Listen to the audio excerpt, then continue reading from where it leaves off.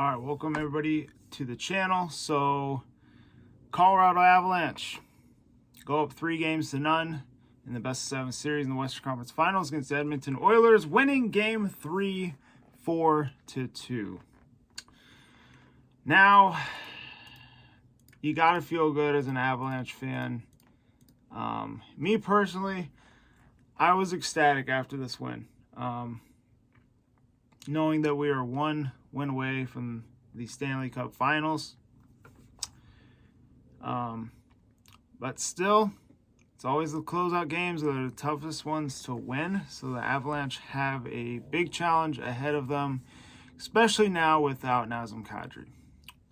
And that's the reason why this win is a little bittersweet for me, because I don't really know how to feel with the Avalanche missing Kadri for the rest of this series. Now, we saw last year in the series against Vegas that they definitely missed Nazem Kadri. And if they're able to force a Game 7, which they did not do, unfortunately, they would have had him back.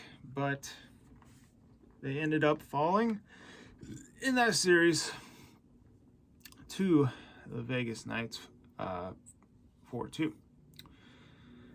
So this is a little different though, because I feel like the Avalanche they've just been the better team against Edmonton. Not taking anything away from them, but just the Avs have completely been dominating at times in these matchups. Like even tonight, start off, recap the game here. So in the first period, first shot that went against us goes in. It was a sloppy change for the Avs, and the Oilers got the puck on just a bad change there, and guess who? Connor McDavid gets it, and he has wide open ice ahead of him, and there's nothing you can really do when Connor McDavid's coming at you full speed, and he puts it through the net. And the crowd was already rocking, and that made him even more louder. So we had that going against us there. But throughout that first period, I really felt like the Avalanche, they started to kind of get the momentum back after that, because after that is when this dirty hit from Evander Kane on Nazem Kadri happened. I do expect a suspension for Evander Kane, and if not, then you better watch your ass for McDermott. They're probably going to put McDermott in the lineup for Game 4 if he doesn't get suspended, and he's going to be waiting for him. So either way, you mess with the wrong team, buddy. And for all the fans, I was reading this a lot after the game, for all the fans that are happy that Nazem Kadri got hurt, and that's just sick, man. I don't think that's right, wishing an injury upon anybody. And for the people that think that Nazem Kadri deserves it because of he was involved with in the Bennington injury, even though he's trying to score a goal for his team and he collided with another player and they couldn't stop, you're a casual. I'm sorry, but no, I'm not sorry, actually. I mean, that's just ridiculous to think like that. So for Kaz, it sucks. Definitely need him out there. He's one of the best players for the Avs this season. And he's been a huge reason why they're at the point where they're at. But, you know, a thing to feel good about is the Avs played without him most of this game, and they still found a way to win. So it wasn't all that bad. I'm interested to see who's going to be that center, too, on the second line. Because it's Kadri's spot. Maybe you put Landeskog at center on the second line. I want to put Mikko at center. Maybe put Newhook. I don't know, Burakovsky. It just depends. We got a couple guys that are banged up. You know, Kadri out for the rest of the series, maybe longer. We're not really sure what the official diagnosis of an injury is. I'm going to say broken arm, That's just kind of what it looked like to me. So I've heard broken rib, I've heard broken collarbone, but I heard he was wearing a cast on his right arm when he came out. So I'm going to say broken wrist, broken forearm. It was something like that. So hopefully they send him to the best doctor in the country, because we need that man back, because he's been huge for us. So someone else is just going to have to step up now, and we're going to have to find a way. You know, that's all we can do. So there's that. And that led to a 5-minute major penalty, which the Avs could not capitalize on. They eventually got another power play later in that first period, and they could not capitalize on that either. So they had 7 minutes of power play, no goals. So it was 1-0 there for a hot minute. But later in the first period, Val Nichushkin actually, okay, this just made me laugh. This was hilarious. So Val Nichushkin kind of just flips it towards, he just kind of flipped it towards the net, but, well, he kind of flipped it towards the center of the ice in the offensive zone, and it went off of Darnell Nurse's stick and past Mike Smith. So I have to give Nurse I got to give him praise for the great assist that he got on the Nichushkin goal, because I don't think Mike Smith was expecting that. It literally deflected off his stick into his own team's goal.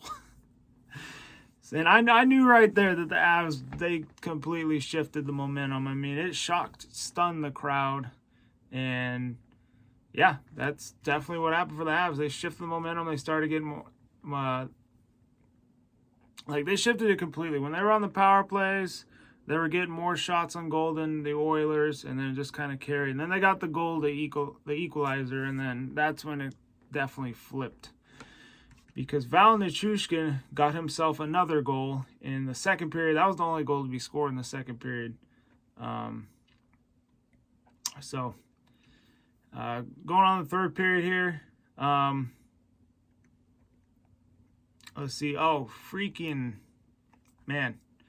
It was Ryan McLeod who just, he carried in the puck through the neutral zone, and then he passed the blue line and just kind of said, I'm going to do it myself. And he shot one past Francouz, and that tied the game again, made it 2-2 there with like 12 minutes to go in the third period. That one's probably a goal that Francouz should have had, but I don't know. That one was a tough one. But, good teams can, change momentum just like that. The Avs trying to get a goal back, get the lead back. But they get a penalty called against them, and they have a 5-on-4, and they killed it off till the very end. With like 5 seconds left on that power play. I'm trying to remember who shot it. But I don't know. The Oilers shot the puck from the high point, and it just doinked off the post. You heard the metal. You heard the iron. The king bounces off. The Avs have transitioned the other way. JT Compher is the one who had the penalty. He comes out of the box and beats the Oiler closest to the puck, gets it, and he has open ice, goes straight to the net, and he buries it. He puts it past Mike Smith. I mean, I don't know if I want to say buried it exactly, because Mike Smith partially saved it. He, took some speed off of the puck, but it slowly crossed the line and in. So that made it 3-2, and I was over here thinking that, yeah, the Avs, that's what they can do. They can change a game. They can change momentum just like that in a heartbeat. And that's what good teams do. And sure enough, so they holding the Oilers until they had to call for desperate times, come desperate measures, and they send Mike Smith to the bench, bring out the extra skater, and the Avs, they played that beautifully. And Mikko Rantanen actually stole the puck and gets an empty netter, which he's had 3 goals in 3 straight games. Welcome back, Mikko Rantanen. That's his 4th of the playoffs. So glad to see Mikko finally showing up, especially in this series, because they need him. And that was all she wrote. 4-2. That was the final. So let's see what else on my notes here that we got. But yeah, Jared Bednar, he did confirm Kadri's out for this series. He said it's the most dangerous play in hockey. But yeah, Vander Kane, man, the cross check on the back. I mean, that was on purpose. The Nazem Kadri was an accident, but this was on purpose. He did that shit on purpose, and it was dirty. I don't care who you are. So, just hoping for a speedy recovery because we need him. But, yeah, the Avs had to get down and dirty. They had to play a tough, grinded-out game to win this one, which they can win that way. And, very happy to see them do it. Let's see. I think we're good on notes here. An incredible stat. So, I was hearing that the Avalanche are, what are they? They're 6-0. Yeah, they're 6-0 on the road in the playoffs this season. Or this postseason, I should say. Which is just incredible. I mean, it's hard to win on the road, but the Avs are making it look easy. Now they're 1 win away from the Stanley Cup Finals.